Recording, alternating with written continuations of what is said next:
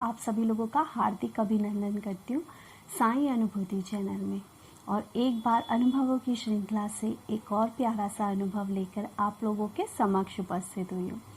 साथियों, आज जो एक्सपीरियंस मैं आपको बताने जा रही हूँ वो मेरे ही साथ हुआ है और आज से 2 हफ्ते पहले का है ये अनुभव। और बाबा ने मेरी इच्छा किस तरह से पूरी करी, मैं उसके बारे में आपको बताती हूँ। साथियों, बहुत समय से मेरे मन में एक इच्छा चल रही थी कि मुझे साईं बाबा जो वस्त्र पहनते हैं वो वाले वस्त्र मिले। मेरे मन में बहुत बार ख्याल आता था कि बाबा कि आप जो चोला पहनते हो, काश कि आपके पहने हुए वस्त्र मुझे मिले। मेरे मन में बार बार और बहुत बार मैं बाबा के सामने ये चीज़ बोलती थी, बाबा प्लीज़ मुझे कहीं से वो वस्त्र दिला दो। मैंने एक बार ये भी सोचा कि मैं साईं सेवक जो हैं, जो कि बाबा की उदी साईं सचरित देते हैं, तो मैं उनसे पूछूं कि भैया आप क्या बाबा के पहने हुए जो वस्त्र हैं शिरडी में वो आप मुझे दिला सकते हैं। लेकिन फिर मेरे मन में ये ख्याल आया कि यार मैं कैसे पूछूं, क्योंकि बाबा के जो वस्त्र बाबा जो पहनते हैं वस्त्र उनका शिरडी में वो बाबा के भक्तों को दिए जाते हैं। कुछ पैसे देते हैं भक्तगण और बाबा को बाबा के जो चढ़े हुए चोले होते हैं वो मिलते हैं। मेरे मन में भी ये इच्छा थी, लेकिन इस इच्छा को मैंने फिर अपने मन में ये सोचा कि नहीं, मुझे कौन देगा, और बाबा के चढ़े हुए चोले की और वो मुझे जानते ही कितना है।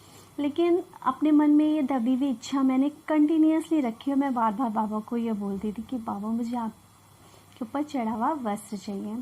इसी बीच मैं देहरादून अपने मायके आई और मैं देहरादून के साईं मंदिर में गई। वहाँ पर अपनी भाभी के साथ गई थी, जहाँ पर मैंने देहरादून के साईं मंदिर के पंडित जी का इंटरव्यू भी लिया, उनसे बात करी। वहाँ पे एक साईं सेवक और हैं, मैंने उनसे भी बातचीत करी कि वो कैसे साईं की भक्ति में आए। और उसके बाद हम लोग एक बार हमने माथा टेका, प्रसाद चढ़ाया, उसके बाद हम थोड़ी देर मंदिर में बैठे और उसके बाद हम लोग वापस आने लगे। वापस आते वक्त भी दोस्तों अधिकतर हम लोग माथा टेकते हैं, मतलब बाबा से विदा लेते हैं। जब मैं बाबा से विदा लेने के लिए वहाँ पर गई तो पंडित जी ने मुझसे बात करी और मुझसे पूछा कि आप कहाँ रहते हो अब, क्योंकि हम बहुत पहले से ही साईं मंदिर जाते थे। जब शादी नहीं हुई थी तब से हम बाबा के मंदिर जाते थे। उन्होंने मुझसे पूछा और मैंने उनको बताया कि मैं अब दिल्ली में रहती हूँ और मेरा साईं अनुभूति चैनल है। तो उन्होंने मुझसे और बात करना शुरू करी और उन्होंने मुझे खुद से यह बताया कि साईं मंदिर का निर्माण कैसे हुआ था और बहुत सारी अच्छी बातें उन्होंने मुझे बताई बाबा से रिलेटेड। और उसके बाद बाबा को प्रणाम करके पंडित जी को धन्यवाद देके मैं लौटने लगी और अचानक से पंडित जी ने मुझसे बोला कि आप जाइएगा मत, अभी रुकिए और चोला लेके जाना। देखिए दोस्तों, ये चोला है, ये चोला मुझे साईं मंदिर से मिला और मेरे बिना मांगे मिला। बाबा ने मुझे ये एज अ गिफ्ट दिया। वहाँ पर पंडित जी ने मुझे कहा कि आप चोला लिए बिना मत जाना। मेरी इच्छा थी कि बाबा के वस्त्र मुझे मिले और मुझे बाबा के वस्त्र देखिए किस तरह से मिले।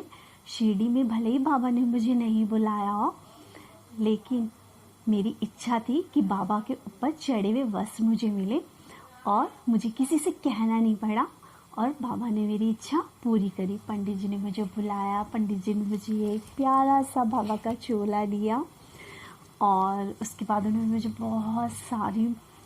बहुत सारा प्रसाद दिया, मुरमुरे का, चने का, इलायची दाने का, और इसके अलावा स्पेशली मुझे मिठाई भी मिली और उन्होंने मुझे कहा कि लीजिए मुंह मीठा कीजिए और अब तो हम बात करते ही रहेंगे और बाद में भी आएगा। और जब वो मुझे ये चोला दे रहे थे ना, तो यकीन नहीं मानोगे दोस्तों, मेरी आंखों से आंसू झड़ गए, क्योंकि मैं तो बाबा से कह के भूल गई थी और मैं तो बाबा से बस ये कह रही थी कि बाबा मुझे आप पे चढ़ा हुआ वस्त्र मिल जाए। लेकिन देखा मैं भूल गई थी, लेकिन बाबा को याद था, बाबा को पता था अभी ये शिरडी नहीं आ पा रही है तो मैं इसको बस वहाँ पे कैसे दूँ। लेकिन बाबा ने मुझे देहरादून के साईं मंदिर से अपने ऊपर चढ़े हुए वस्त्र दे दिए।